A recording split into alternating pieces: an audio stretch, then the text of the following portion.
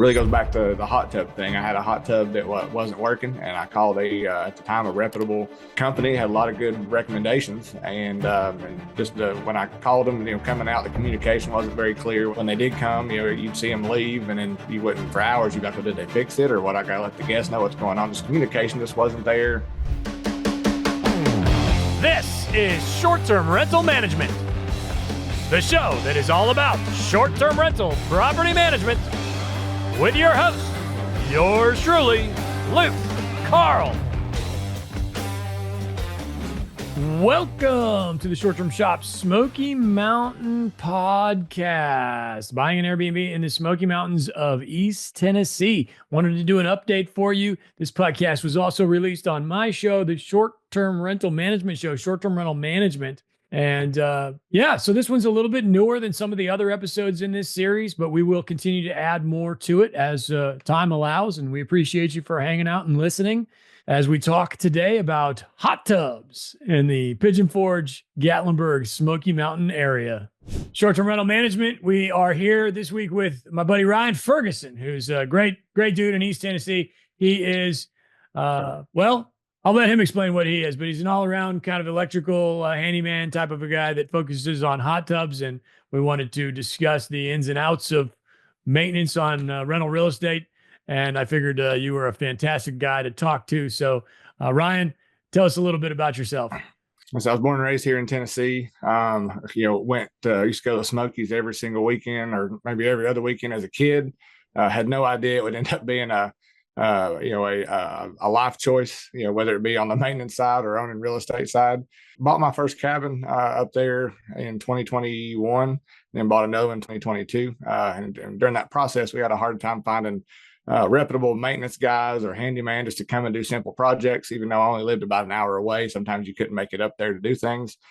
And so I left my cushy electrical job that I had and about a little over 2 years ago and started doing cabin maintenance. And we molded our business to be more of a general handyman type of business because I didn't really know where the niche was going to be. But over these past a little over 2 years now, it's really molded into the hot tubs. That's pretty much what we do mostly now. And of course, we still do a lot of electricals. We take care of pretty much everything from the panel all the way to the tub. Pretty much anything you need done, we can take care of it. So your background is an electrician. Correct. And you had a full-time gig doing that somewhere? I did. I used to, I've done everything from facility maintenance. And in my last 8 years I was there, I was an electrician at the nuclear weapons facility in Oak Ridge, Tennessee. What goes on there? They literally have what are they doing with these nuclear weapons? Hopefully nothing, but. I can't really get into great detail because a lot of stuff you're kind of sworn to secrecy, but a lot of it, that's Y-12, it was during the Manhattan Project, back in the 40s. And basically it's the pretty much the nation's kind of like warehouse, I guess, like for nuclear weapons and stuff. And you were in-house, on-site, full-time electrician at this facility. I was in maintenance out there. So I floated around between the HVAC crew to building maintenance to just kind of wherever they needed me. And how did you get into that? You got your electrician's license years before that, or was? I right out of high school when I was 19. I got into electrical apprenticeship and then did that for 5 years, worked during the day as electrician for a local company here. And then once I topped out there or graduated, I guess you technically would say in 2012, then I was on several facility maintenance contracts with a local utility board until I got on and applied for that position in 2015. And I do apologize if you can hear, I got a guy running a saw upstairs because I live in a house that's being remodeled because I always have a house that's being remodeled. And this one has some action going on. So if anybody can hear I don't think it sounds like he's using a sander or something at this point, but it's a little obnoxious. I don't know if you can hear it, but I figured I'd point it out. Yeah. But this is what we're doing here. This is rental real estate. It's nonstop. It's always something, so. Right. Okay. So you were basically a full-time employed electrician at this facility for 10 plus years. For right at 8 years. 8 years. Okay. And at that point you got a taste for real estate, got your toes, I guess what brought you into real estate? Do you remember? Was there an event? I at the time, I was in the HVAC crew there, and a buddy of mine, Zeke Goodman, was sitting next to me, and I overheard him talking about him and his wife buying a cabin. And so I kind of piqued my interest, and we started talking, and so I was like, well, I would like to do that because we actually got our taste in real estate a little bit before that. We rented out. We had a camper that we rented out for about a year to like RV sharing outdoorsy, and of course, living near the Smokies, 3 out of 4 rentals. That's where it always wanted to go. When somebody wanted to go in the in the national park or some campground around the Smokies. But then we sold it in right around the peak of COVID because we wanted to get a newer model, and that's when you couldn't find campers anywhere, like you couldn't get anything. And so then we just held off, and then that's when I overheard my buddy Zeke talking about buying a cabin, and it's kind of piqued our interest. And then we bought our first one, I believe, in July of 2021, and then bought another one in April of 2022. And we currently still have the two at this point. Okay, yeah, and Zeke's actually one of our real estate agents at the short-term shop, so it's all coming full circle. Yeah. And so around that time, you noticed that there was a gap in the labor force. It sounds like. I did. It's one, and it's a lot of personal experience. It really goes back to the hot tub thing. I had a hot tub that wasn't working, and I called at the time a reputable company, had a lot of good recommendations, and just when I called them, coming out, the communication wasn't very clear when they were coming out, when they were coming, and then when they did come, you'd see them leave, and then you wouldn't for hours. You'd be like, well, did they fix it or what? I got to let the guests know what's going on. Just communication just wasn't there.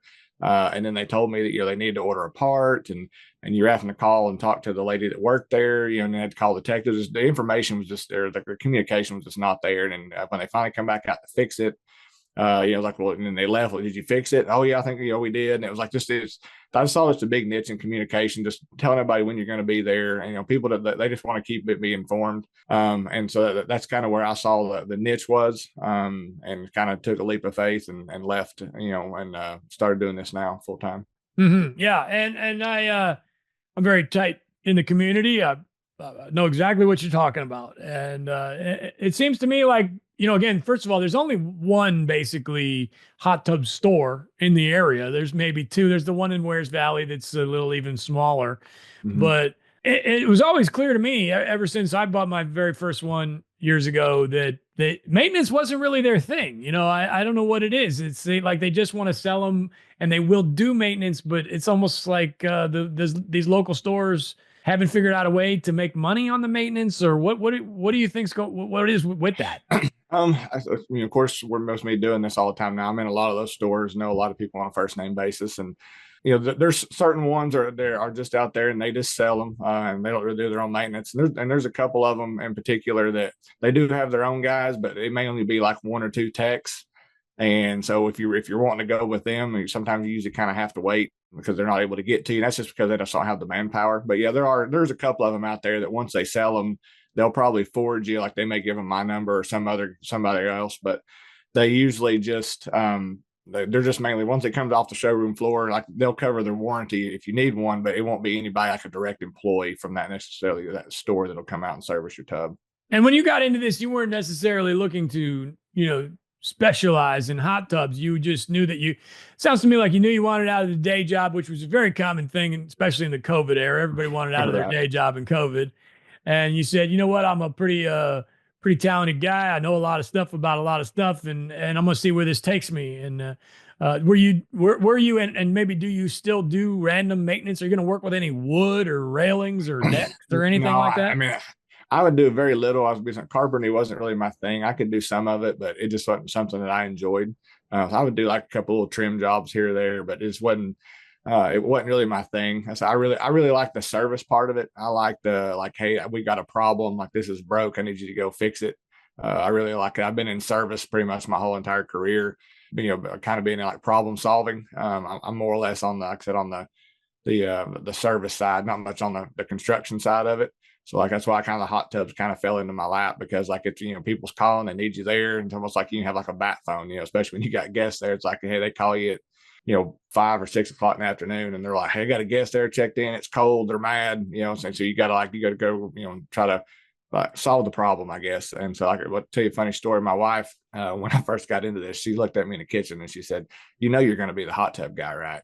And I was like, "I don't know about that." And then she, a couple of weeks ago, she was like, I told you, you know." But so it was just, hot tubs kind of come easy to me just because I've got a big control background and I really like problem solving, and there's a lot of problem solving in that, especially some of the scenarios you get where the hot tub's tucked into a corner and you can't get to three of the sides. You got to figure out a way to fix it. And so that's I guess that's pretty much it. I guess is just as far as I do a lot of other electrical stuff too. Like we'll do a lot of like troubleshooting with that, or like a lot of people converting their tubs from 120 to 240, or they didn't have a hot tub, those kinds of things. And that's probably one of the biggest things I've had to kind of retrain my mind to, as far as in the Smokies, where being in heavy industrial and commercial my entire career, as far as electrical goes, there's a quality standard there. And so you just assume that the person that installed something from A to B knew what they were doing, and you only have to take it over from the C to D.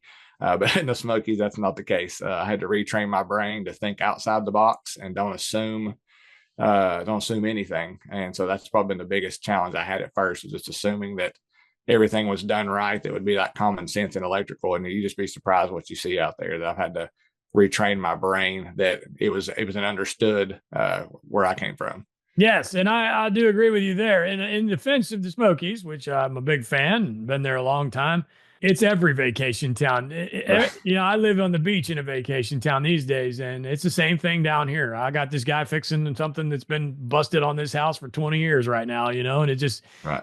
because some idiot threw it together and didn't care. And it's just kind Right. of how it goes in vacation towns. They're trying to put them up quick. I mean, builders are always trying to do stuff quick, and another thing is a lot of times in a vacation town, the owner of the property sees it maybe once every year or 2 years All sometimes, right. So a Right. lot of times they just throw them together and nobody ever really notices or cares. That's very true. You'd be surprised. I go to a lot of properties at first, and when I go in, when I walked out, I'll be there for something simple, and I'd be like, "You realize this was broke, or this looks like this, or that looks like this?" And they were like, "We had no idea. Cleaners didn't say anything." Yeah. So I mean, Cleaner didn't I tell still them. see that all the time. Yeah. Yeah. And again, it's no fault of the vacation town. The same thing can happen in Indiana or Cleveland or whatever. And I realized that was a state and a city, but you know what I mean? Like Right. builders, they tend to cut corners. If you're not spending a massive amount of money on a luxury property, any town USA, you can pretty much expect some things to be a little bit, corner Right. cut. But Right. so when you first got into it, you kind of were just like basically just answering your phone, right? Putting yourself out there and answering Pretty the much. phone, which is, I've said this 1,000 times. If you move to a vacation town and answer your phone, you will get business. You Oh, will that's get true. Yeah. business. So when you first started, was it just answer the phone and do whatever?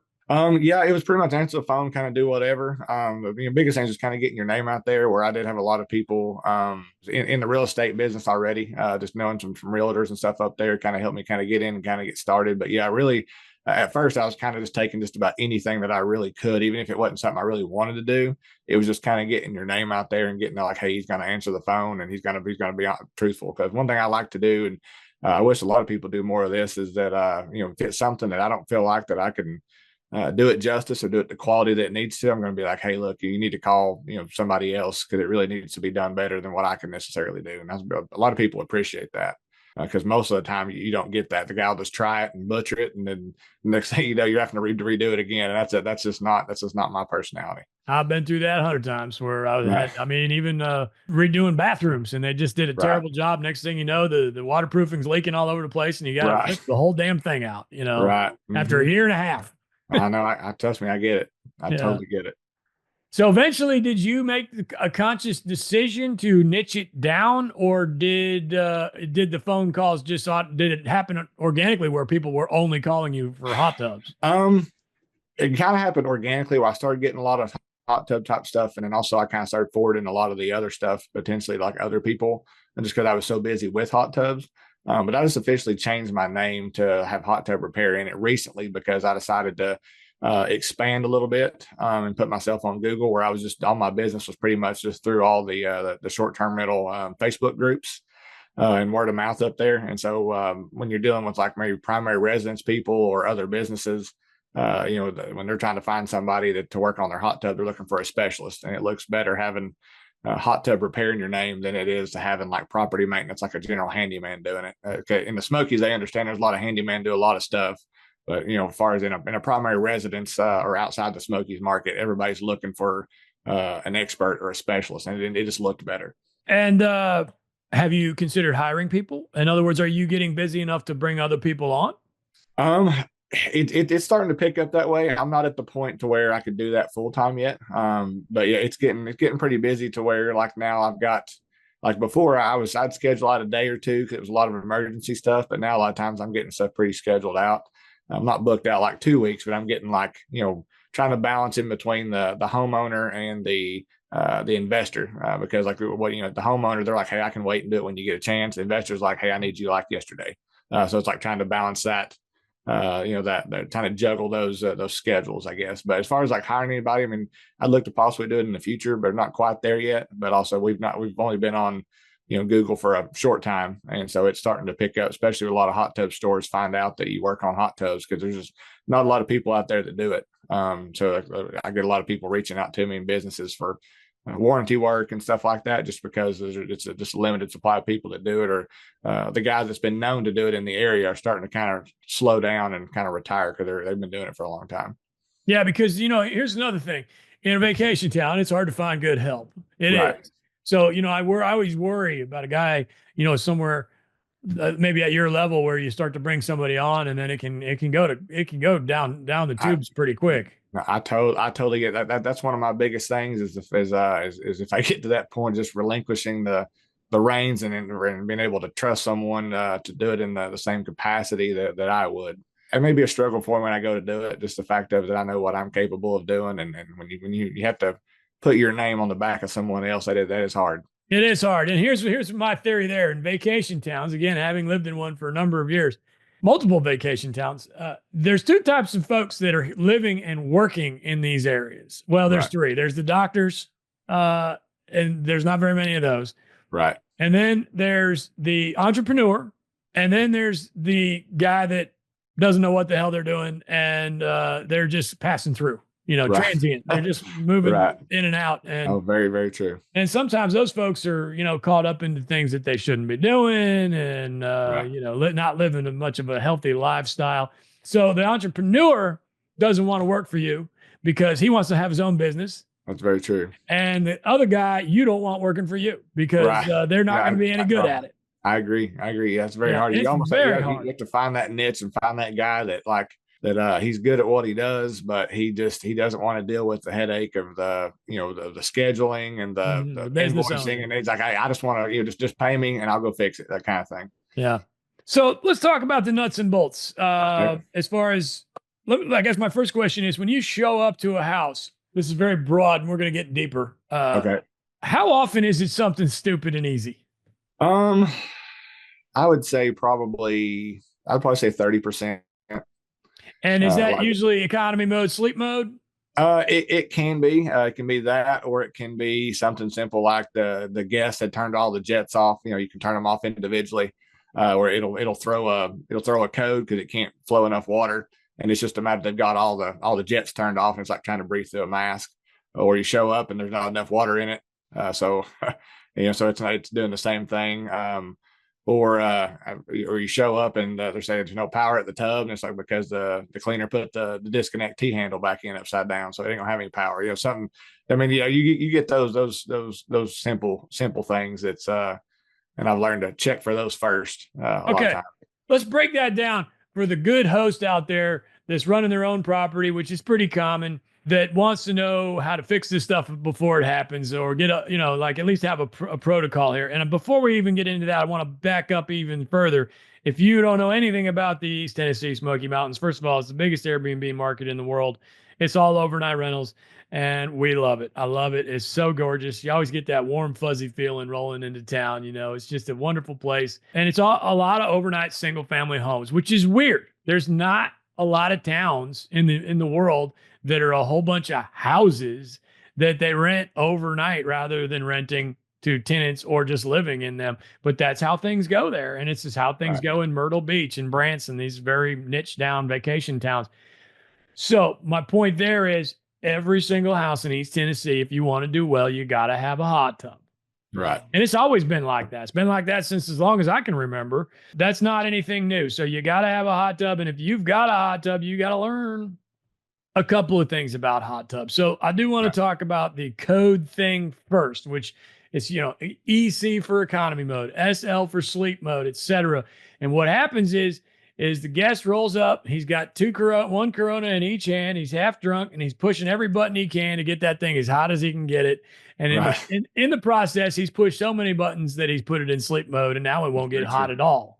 And now he's mad and he's messaging the host and he's saying, "This hot tub's busted. I hate this house." Right. So then you got to call Ryan. He goes out there. He literally pushes 6 buttons and he's on his way. And I'm not saying that's what he's doing for a living, but I am saying that if you're a good host or a good owner or a good property manager, you should know those things. And also, you can disable that on some hot tubs. There's toggle switches that you can flip the toggle and it will no Right. longer allow the mode. So, Right. Ryan, you're the hot tub guy. You're dealing with these things all day long. Give me a few minute speech here on modes and what I can do as a host. Well, just like you said, on a lot of the ones in the Smokies, where the hot tubs in the Smokies are a little different than outside of the Smokies, because we try to keep stuff simple up there, and a lot of the hot tub manufacturers that are the ones that are selling try to keep them as simple as possible. Especially a lot of older hot tubs. I've even seen some up there from like the mid '90s that still had like you turn the dial from red to blue, like in your car, to turn just to heat, and it's still working. But a lot of those have been retrofitted, and so it's got newer spa pack or control systems in it. And so a lot of them, that when whoever installed it, like Luke said, you can actually disable the economy and sleep mode. But if yours hasn't been disabled, what you'd have to do is just a button sequence. That basically it's just as easy that you can. I'm trying to remember. It's either like it's different on certain ones. I believe it's either the light and the up temperature button, and it'll go through it. SL means sleep, EC is economy, and then SE is standard. And what that necessarily means is standard is operating the way it is. If you set it 104, it's going to heat to 104 and then going to shut off.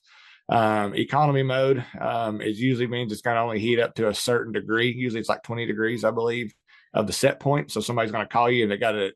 If you get the phone calls, it won't heat up above 84 because they got it on 104 and they've got it in economy mode. Sleep mode means it just keeps it like kind of pretty much like above freezing.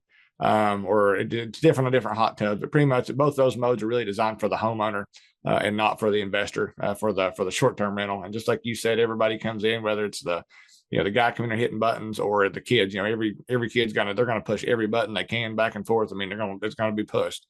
Every knob's gonna be turned. It's like so I try to tell everybody that buys a hot tub up there to keep it as simple as possible, because if it's got a button, if it's got a knob, it's gonna be operated. And you see a lot of people that'll buy these over elaborate tubs, and next thing you know, the water's shooting up the deck below it, and because they've opened the waterfall valve, and and they have to go find it down the hill, and it's just just big thing is keeping it simple. But pretty much, if you've got a standard like Balboa 4-button display, 9 out of 10 times you can disable it pretty easy. Can I disable it? In other words, it's just there's like little toggle switches in there. Right? I mean, what you have to do is it just depends on how comfortable you are with being around like the electrical. But you have to take the side skirt off of the tub, take the lid off the spa pack, and then there'll be 10 little red dip switches in the bottom right corner, kind of towards the center. And it's usually, depending on what spa pack you have, it's usually number 7. But if you look inside the lid, it'll tell you what each dip switch does. Got it. Another one that I see up there that people that haven't had the economy mode done, especially on your convertible models, where it can be 120 or 240, they've got a mode on it's usually number 10, and it's called low amp mode. And a lot of time when you convert it to 240, you always flip that down or turn that off. And what that does is when you turn the jets on high speed, it'll allow the heating element to run at the same time. And they have that feature to where when you turn it, when it's off, or when low mode is on, then when you turn the jets on high speed, it turns the element off, because when it's on 120 volt and it's plugged into a standard outlet, it doesn't have enough amperage to run the high speed and that. And it's one of those that you really don't notice it as bad until you get when it's at really cold temperatures. It's in the 15 degrees out there, and you got 6 people in the hot tub, and then everybody wants the jets on high speed, and it's losing a lot of that heat out of the tub. And they say, well, it's just not keeping up. It's because they've hit the high speed jets on 2 different times, and so it's been running for 30 minutes and not heating, and not knowing that's why. It's just a matter. It's a simple toggle switch. They should have when they converted it or changed that spa pack out, they should have just flipped that dip switch down too. Got it. All right. So other issues that are pretty common is the water level being too low. What does that do?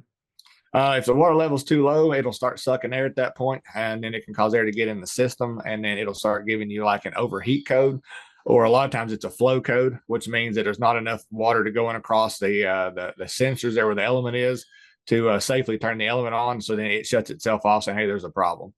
Got it. And is that something I can fix? How do I fix it? Yeah. What you would do there is of course, you'd fill it up to where you need to. Depending on your hot tub, sometimes you can just hit the button and it'll go ahead and reset itself. If not, you have to cycle the power. And then with your Balboa systems, which a lot of them are up there, when you first turn it on, it'll give you go through a series of numbers, and then it'll say PR, which means prime mode, and they'll give you about 1 to 2 minutes to bleed all the air out of the lines before it tries to start operating and sensing the water temperature. And that's when you just make sure that you're not hearing, usually if the water level's too low, you'll start hearing it gurgle like it's starving for water. And you can usually, once you get up to a level, it's no longer starving at that point. Then it'll fix itself. And after that 2 minutes, it'll start blinking, telling you that it's detecting the temperature and trying to determine if it needs to heat or not. Okay. Fascinating. I'm going to YouTube how to fix an airlock, because that does come up pretty often. And then the disconnect, in other words, what is a disconnect? Disconnect is basically it's a way to shut in this case, the hot tub off safely without having to like go back to find where the breaker panel is in case there was a problem. Like for some reason it started making a loud noise or spitting fire or something started happening to it. You can run over and turn it off without having to go figure out where the panel is. Hey, I can't get to the panel. It's locked in the mechanical room, that type of thing. So it's mainly for your safety and also for convenience of working on it too. And this is called a plunger, the thing you pull out of there? It's like a T-handle? There's several kind of styles of disconnect, but like the one that's the most common, that's just because that's the easiest and readily accessible. I call it a T-handle. T-handle disconnect. It's where you grab it and pull it. It looks like a T, and you pull it straight out, and it disconnects the copper conductors, I guess, or the plates, breaking the circuit. And then you put it back in, then it turns the power back on, creates a circuit on it. Legally, I'm sorry, go ahead. What happens? What happens with those is that because people pull those disconnects out, is if you don't, people would lose them. So what they would do is you can actually put it in one way, it's on, and the other way you can put it in and it's off to where you keep if you're working on it, so you don't lose that T handle. But I've ran into a lot of instances where the cleaners, they'll put it in upside down, think, well, I got it in there, and it's not making any contact. They flip the blades upside down. Now, the cleaner should know that before, because it's not going to come on, right? Yeah, but you'd be surprised. I tell everybody that I work on, if I've had an airlock issue, or a lot of those can be prevented by the cleaners. I've been around cleaners, at my cabin, and they fill it up, they turn it on, and then they walk right out and they're ready to go move on to the next one. And if they just wait about 2 more minutes and make sure that they go over during that prime mode, or if your hot tub doesn't have that mode, make sure all the jets are working and it doesn't seem like it's low on pressure. A lot of service calls can be prevented just by cleaners taking that extra 2 minutes to make sure. I don't say service calls can't be prevented, but it can be addressed before the guest is the one that's calling you with the problem. Right. Which is what you're trying to avoid. Yeah. But a lot of cleaners, they'll put it back in and they're right out the door. Now all you have to do is go over and hit the jets, cycle the jets back on, make sure they're working in both. And if not, then they let the owner know, be like, hey, these jets ain't working, or the hot tub's not working. And if you had to clean at 10, you can have somebody out there in a couple hours and the guest never knows they're affected. But then the worst part is when they, the cleaner, put it in there, and then they went on their way, and then the guest didn't get there until 7, 8 at night. They go to get in the hot tub after being on a long trip, and it's 55 degrees, and they're like, what's going on? And then you go out there and you just bleed the air out of the lines, and you're done in 10, 15 minutes. But then you got to wait, 10 or 12 hours for it to heat up, so they don't get to use it till the next day. So an airlock is not bad for the system. In other words, if I airlock it multiple times, does it fall apart? I don't know about fall apart, but depending on your system and how the sensors catch it. If the element tries to turn on and it's like a little 2-inch tube with between a 4,000 watt element to a 5.5 watt, kW element, at the same size in your hot water heater, but it's in a little 2-inch tubes. I mean, if it comes on, if the sensors ain't working properly, you can hear it sizzling there. And so, yeah, it can cause premature, the elements to go out, I see. especially if it's done multiple times. A lot of the newer ones now have like bleeder valves on them, and they're a lot better the way they've popped them in, where they don't get airlocked as much. A lot of it's the older ones. Ones I've seen on the older ones the most have been where somebody has put in what they call like a quick dump drain, and they'll put in like a 2-inch drain. Like one of my hot tubs, actually, for my personal ones, actually have it to where they can open it up and it'll drain the tub through a hard pipe like pretty fast. But when you do that, you're taking all the water completely out of the system compared to like if somebody drains it with a hose or a pump, you still got water in the jet lines. And so that's where you get the airlock type of stuff. Yeah. Okay. Interesting. So the disconnect, back to the disconnect. Is this, talk to me about the electrician lingo. Is this code? Is there a code there? It is. It's been code for a long time, but it's really just kind of stirred its face because these new short-term rental inspections up there, as everything's going on. So that's one of the things that they're looking at. And so basically you got to have a disconnect for the hot tub. It's got to be a minimum of 5 foot from the water's edge. And that's just so nobody can be inside the tub and try to turn the power off with their feet still in the water. And then of course it's got to be within line of sight. I mean, you can't put it like around the corner where you got to go through a door to get to it. It's got to be, accessible. And is there a maximum number of feet? I believe it's like 25 or 50 feet, but most of the time in the Smokies, I mean, you're not going to get that far away from them. I got you. And how many homes would you say even have the disconnect? There's a lot more now. I put in a lot of them, but there's I run into a lot of them where they have a disconnect, but it's in the wrong place. You'd be surprised. We've been into a couple of them where the disconnect is mounted inside the hot tub, like where you have to take the lid off in order to even activate the disconnect, which completely eliminates the whole purpose of the disconnect. I was actually working at one the other day that I told the lady, I was like, hey, your hot tub doesn't have a disconnect. And she was like, okay, well, she's wanting me to give her a price to put one in. And as I go underneath the deck, it's mounted underneath the deck, like underneath the joist. And I was like, that serves no purpose at all. It's just crazy, some of the things you see up there. But as far as one don't having one, I'd say 2 every 10 probably doesn't have one. But over the next, couple of years, everybody's getting these inspections. Eventually it'll all be done because one things they're looking at. And it does need to be, we need to have this disconnect. Yeah. I mean, yeah. Cause like, for instance, the one we were working on the other day, like I had to go in and go all the way downstairs and turn the breaker off. And if I didn't have access to the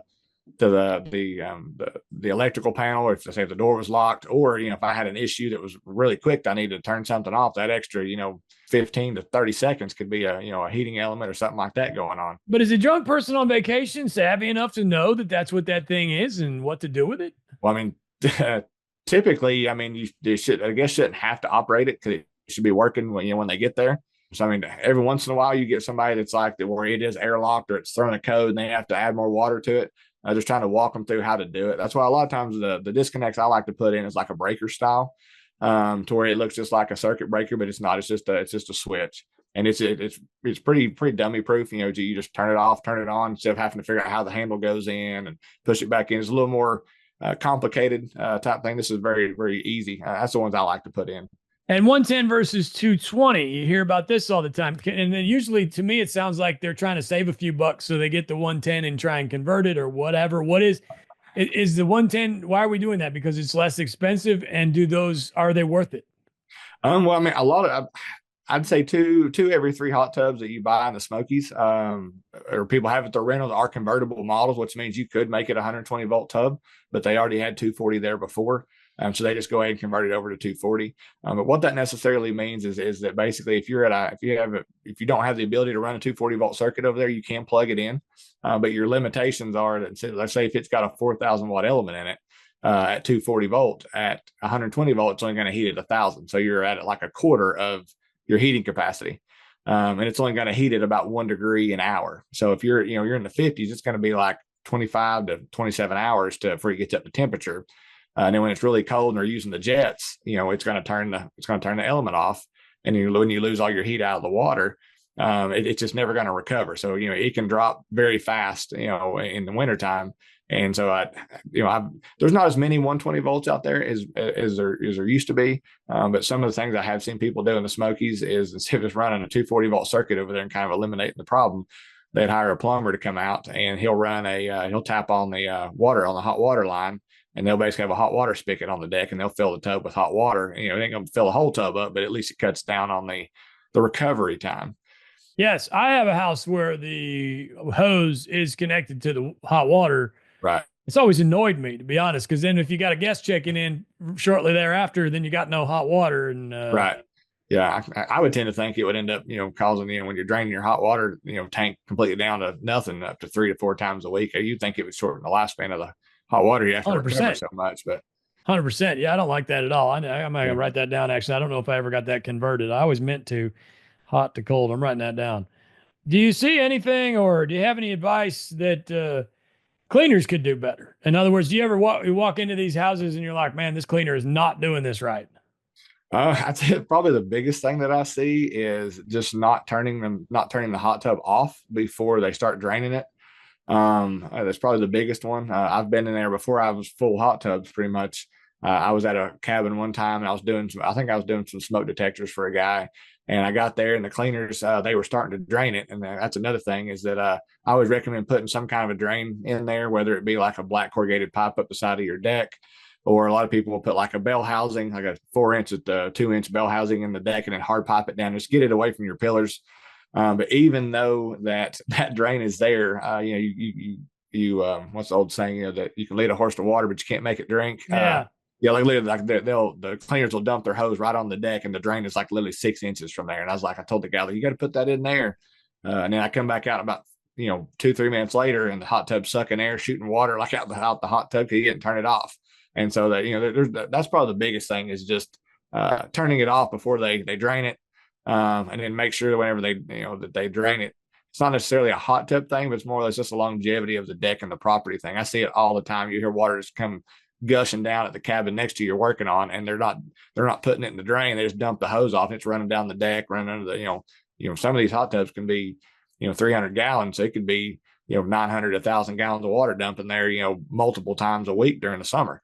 Yes. So erosion is a problem. I've seen this a million correct. times where you show up and you're looking at the back of this house, because a lot of these houses are built on a slope like that anyway. Right. And you're sitting here like, man, you got a problem here with your deck posts, or like the back of your crawl space is Right. is getting real bad, and it's because they're dumping 300-400 gallons of water at a time, 2 or 3 Right. times a week, and they're just too dumb to realize it, or nobody ever even looked. Yeah. Nobody even looked. Nobody even thinks anything. And even the cleaners, you would think, would understand that, but I just see it all the time, especially when I'm in these more like cabin developments where they're all kind of stacked in there together. You'll see hot tubs flowing out. I've even taken some pictures before I was to show my wife. Like, there's a drain right there, and they're like dumping it on the deck, and it's going hitting the deck below it. Yeah, it's just it cuts down. And a lot of cleaners, the owner doesn't know, because their hot tub's clean. They don't know, but it's just they don't realize, like what you just said, until they have a problem. They're like, what in the world's been going on? It's been dumping right here for 5 years. Up to 1,000 gallons a week. Potentially 4,000 to 5,000 gallons a month right there dumping in that one space. Water is the number one problem with houses in Right. all capacities. The rain off the roof and leaks and floods, and again with these hot tubs, it's like a self-induced stupidity. It's dumb. Right. You gotta have a drain. Just get a 4-inch corrugated, you like a French drain style, obviously with no holes in it, but and zip tie the damn thing if you have to. It doesn't need to be a high dollar job. Right. Just get some C clamps, clamp it to the side of the house, and then make it run down into the woods. I It's agree. a couple $100 you can have just saved yourself. A dead house, you could end up completely destroying the deck or the foundation if you don't do this. And most people don't even think about it. Right. Most people don't think about it. Yeah. And then you mentioned dropping on the deck below, because we see it all the time. First of all, why in the world are you putting the hot tub on this way up in the air like that? They're so heavy. It's just not smart. It's best to put it somewhere that can handle the weight. So we'll talk about reinforcing it here in a second. But what Ryan's saying is, a lot of times if you got that upper decker hot tub and it's leaking down to the deck below, et cetera, it's going all over the place. This water's treated. It is chemically treated, and it's destroying that wood on the deck. At the very least, you're going to have rotted, nasty ass deck boards. So it's just it's stupidity. And again, most owners don't even know it's going on. So talk to me about that. How often are you seeing sagging decks and deficiencies due to bracing issues? Um, I don't see it as much as you would think you would, especially in a lot of places that I'm at. Eventually, I mean, you'll see some from time to time, but now because of the short-term rental inspections, that's another thing that they're looking at. So a lot of people have went ahead and had somebody either like double the joist up, or they put some kind of a girder system underneath it, some kind of bracing of some sort. I don't really see as like where I feel like it's a danger as much as I maybe did at the first. But even at that, it wasn't as big of a deal there. I didn't see it as much, I guess. But a lot of people have kind of already been proactive, especially when they realized what they were going to be looking for. That was one of the biggest things that they were talking about was bracing and stuff for hot tubs. A lot of people I've seen they've had them installed recently. You can tell stuff was new, concrete was new, footers or where they've been put underneath it were new. So I'm not seeing as much of like deck issues as much as you used to. Right. Yes. It was getting to be a bit of a problem there. Right. In the pre-COVID, like in the 1920 era, it was almost like nobody even realized that how heavy these tubs are. They're Right. heavy. They are. And I mean, the tub itself is not heavy, right? You can move it around with one or two guys, right? Yeah, I mean, it just depends on it. Is like if you get one of the like what they call roller molded tubs, which is like the 4 or 5 person all Like plastic a tub. like a free flow. Yeah, for like free flow tubs, or like the ones from Jacuzzi of Knoxville, like those kinds of tubs. I can push those around like a 5 person tub all the way across the deck by myself. But even the larger ones, I mean, if you got the right equipment, I mean, you can move them pretty easy. Now it's not something we're going to pick up and dead weight and move, but if you got some PVC and you can get some 2 inch PVC underneath it, you can roll it like on a conveyor belt pretty easy. But once you fill it with 400 gallons of water, Oh yeah, it's no. Even the rolling mold, once you get them filled, yeah, you're not moving them. yeah, they're extremely Yeah, heavy. You got to be careful where you're putting these things. Most people just put them up there 30 years ago when the house was built in the most, right, private place of the right, deck. And then 30 years goes by and the damn thing's sagging and it looks like crap and it's about to fall through. You got to pay attention right, to this stuff. right. Uh, Yeah, and you got a lot of codes have changed, since as far as like the way they do decks and everything today, with the extra bracing and bolts and everything else can do they didn't do back then. And so stuff's improving, especially with those inspections. Just people being proactive, especially with the hot tubs, an incident that's happened in the past. yes, it's not a good thing. You got to be careful with these things. They're very dangerous if you don't pay attention, so and you're right. And the joist hangers and all this other stuff, up until about COVID, there was no joist hangers anywhere in the Smokies. It just didn't Right, exist. right, And somebody coming in from the Midwest and they get an inspection report like they didn't put joist hangers on this house. I'm not buying this house. Well, first of all, joist hangers are like $1.50. right, You know, so right. just throw some damn joist hangers on there. It isn't a big deal. And second of all, every other damn house in town doesn't have them either. Right. That's very So, true. and now we are to the point where I feel like I'm starting to see joist hangers maybe a little more often than not. Yeah, you are. A lot of that gets brought up on the inspections, and a lot of people, especially because of incidents that have happened with the hot tubs and decks and stuff, a lot of people are more adamant about like, hey, I'm not going to go through with this deal unless you fix that, or I'm getting a quote and getting some money off to have it fixed when I take possession of it. Yeah, which again, joist hangers are literally like $1.60, Right. and they're not even close to difficult to install unless your deck's No. all out of whack. Then you got a problem. Yeah. But anyway, okay, cool. So we hear about this shock every now and then with the hot tub needs to be shocked. What does that mean? Do you do that? Do we need to have that done? Um, I'll be honest, in the Smokies, I mean, not necessarily. I mean, it's one of those things like you treat it like a pool. Usually, like for instance, my pool. After you have like a big party or something like that, a lot of people with body oils and other things that kind of go on in there, you shock it just to kind of kill all that stuff away. But in the Smokies, where the hot tub can be drained up to 3 times a week, depending on the how frequently the guest is there or their duration of their stay. The only time you're really going to have to shock them, from my experience, is if you start having a problem. And most of the time, I don't usually shock it. Like if I've had people that's had what they call biofilm in there, where they've some algae's grown by either body oils or something the guest has put in there. And it's kind of the same concept to do like a deep clean on it, jet flush everything out, and it brings all the organics or the living material out of the jet lines, and we clean it. Do the same thing as a shock will. But as far as up there goes, like I don't personally do any kind of shock treatments or really try to do much balancing of water, just because the water's turned over so much you'll hurt your brain trying to be a chemist up there and balancing water and hardness and everything for a limited amount of time that water's going to be in there. Mm. Okay. So let's talk about some water issues. You mentioned body oils. That'll make the water nasty. Every now and then we get pictures on Facebook where somebody got a picture of their water in their hot tub being green. And of course, the Right. hot tubs in East Tennessee, and these folks are posting this from Arizona and they have no Right. idea what's going on. What Right. causes these discolorations? You mentioned the body oil and I mean, a lot of times, like I say, you can get your biofilm stuff, or it's kind of like an algae, can cause it. A lot of times up there, where everything's on a well, you have a lot of iron issues up there. And even though people say, well, it shouldn't be an iron issue, I've got a water filtration system, you still end up having iron issues, especially if you have any other kind of chemicals in the water and it reacts, especially when you get some heat in there. I always recommend everybody to fill them with that's called an X10 water filter. It's like an inline, like a water hose filter from like an RV, but it's a little better. So it's made for like metals, and it's good for about 10,000 gallons. So that's a lot of hot tub fills, and a lot of times that usually helps out pretty well. yeah, interesting. And of course, the iron can come and go based on the amount of rain. It can. Yeah, yeah. The iron and the sulfur. What about sulfur? Do you ever run into that? I don't run into that as much. 'Cause a lot of times, if you're going to smell it in a hot tub, you just start having issues like in the showers and other places you've addressed it like otherwise. But you end up having to drain it and and wipe it down and probably refill it back up. Like I went to one the other day that it just it smelled terrible. Lady called me, and the hot tub wasn't that old.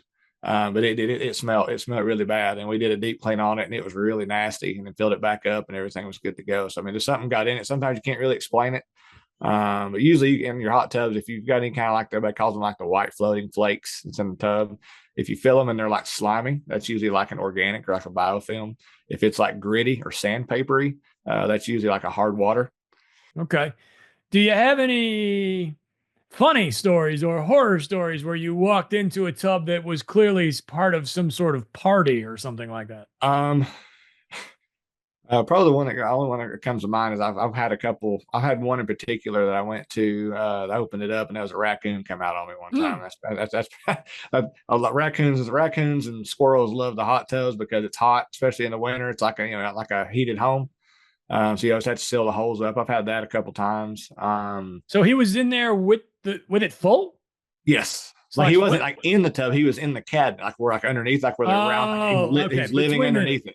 I got you. Between the tub and the wall. Right.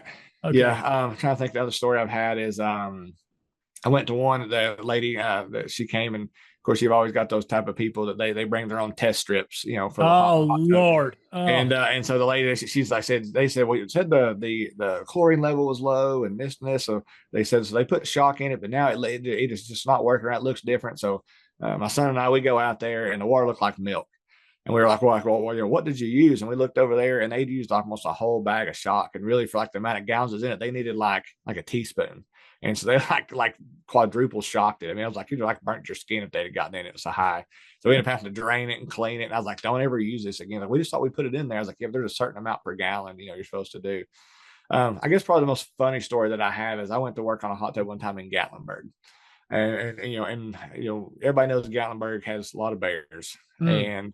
And so I go to work on this hot tub. I go around there, and the water level was low, but the water was like it had like a lake smell to it. It was like stunk. And I was like, well, I didn't have the part that I needed, so I come back the next morning, and I come out, the water's even more dirty, and smelled even worse. And I was like, what in the world? So I texted the lady, and I was like, your hot tub's under the deck; it's covered. Like, why? How is this so dirty? And she sent me a picture. And there's a picture of a mama bear and a cub sitting in the hot tub, and they come and get in that thing all the time. And it wasn't maybe 15 minutes after that, I hear my van doors open, and the mama bear got in my van and ate my Doritos. And so I was sitting there, I had to watch her for like 30 minutes because she didn't care that I was there one bit. My tools were in the van. And so I got to experience her. And then after I talked to her, she was like, be careful. There's a couple other like smaller bears that when you start filling that tub up, you're going to hear them coming down they like to get in it too. And no joke, I'm filling the hot tub. By this time it's starting to get dark, and the cabin's right on a hillside. And here they come, and I squirted them bears 2 or 3 times with that water hose. They're coming there to get in that hot tub. So that's probably the most interesting story that I've had. It's just never ending. Fantastic. That's hilarious. Be careful with bears. They are everywhere and they are not friendly. Okay. So be Yeah. careful. Make sure your guests are aware that they're coming to an area where bears exist. Get with Sevier County and talk to them about how you should warn your guests about this. We are not qualified to talk about this Right. subject. It's definitely some legal stuff there. And, you need to be making sure that they know what's going on. The bears will get into the car. Oh yeah, oh yeah. They've opened my van door. I mean, they I've seen them stand and open my van door like you and I would, like pull the door and slide it open. I mean, several times. And I know better to lock them, but I just get in the habit of not locking it, and it's starting to get into bear season now. We're starting to see them starting to get active. Yes, this time of year for sure. What else? Did we miss anything? I do want to talk about a little bit about your family life. You've got 9 children. I do. Yeah.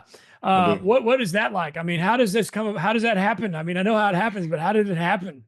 I guess it's just about about the grace of God that he's gave us this many children, like they're just completely blessings. I mean, I never would have thought that I would have that we would be where we are, but I wouldn't trade it for anything. Unbelievable. And I had Mike Sutton on the show not too long ago, and he's got 8. So I'm going to ask you the same thing. How does the vehicle? What's your vehicle? We've got a Ford Transit, 15 passenger van. That's one of those mid roofs. You can walk through it without hitting your head on the top. So that's what we drive. Oh my goodness. And what's the age gap? I've got 21, 16, 11, 9, 2 7-year-old girls, and then a 5-year-old boy, 3-year-old boy, and then an 18-month-old girl. Same woman, same wife. All of them but one, yes. And one of them's adopted. One of them was we adopted her because she had a family member that wasn't making good life choices, and so we took her in, and we've had her from the time we brought her home from the hospital. She's one of the 7-year-olds. Oh my goodness! Wow. What about school? Did they homeschool, or are they homeschool? Yeah, my wife homeschools all of them. She's a champ. Oh man, she must be. I've got 2, and it is a handful.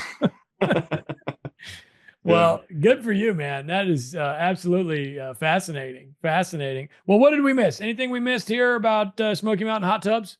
Probably the only thing I'd probably mention is a lot of people are one of the biggest recommendations or things I get all the time is like, what do I need to look for when buying a new hot tub?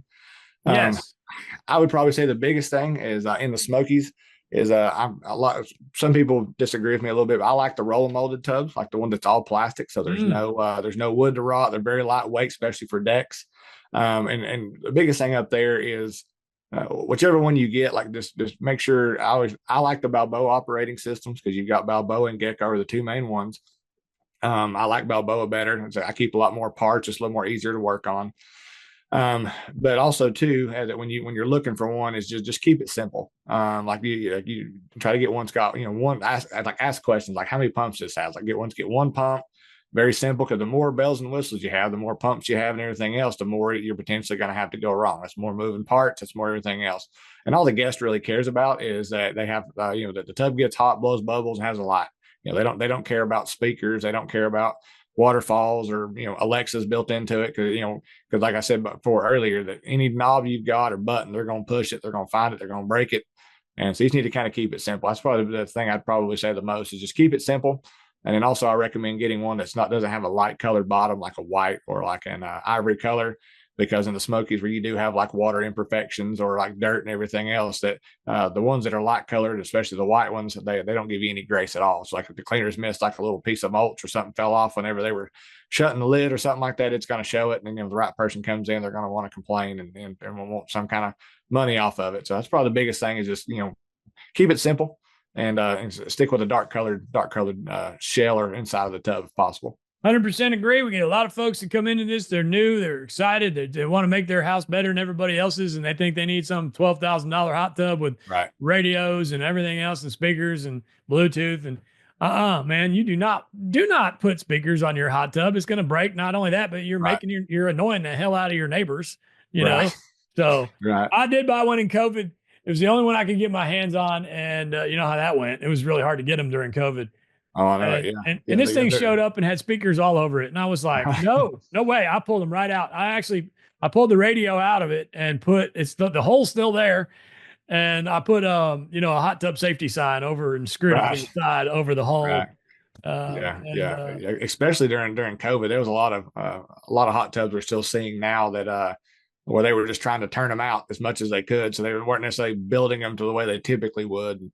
And a lot of them that have like undersized element tubes and stuff like that, it'd be okay at your house, but at a rental, they're very, very important that you keep the flow going on them, and all the jets are open. The filters are clean. If not, they burn out a lot more prematurely, and there's a lot of those out there. And also, too, a lot of those control boards of those particular models that they're not making anymore. So it's eventually tubs that may only be 4 or 5 years old. Once you can't get those boards, if the board goes out, you're going to have to replace it. And it really not be that old. But it's just the COVID and the times it was going on and what you kind of had to do. But I see that a lot up there too. Oh man. All right, listen, it's been fantastic. How do I get a hold of you? What's the name of the company? It's Ferguson Hot Tub Repair. So you can get a hold of us at my cell phone number at 865-635-9383. Okay. All right, brother. Well, we appreciate you. You've always done great service and easy to get a hold of, which is not very easy to find. So right. You do great work. Thank you for that. And what did we learn today? We learned a lot about hot tubs, and we also learned that bears like Doritos. Right. Yeah. All right. Thank you so much, brother. Short-term rental management, the Smoky Mountain Podcast, and hot tubs. We appreciate you. Don't overthink it.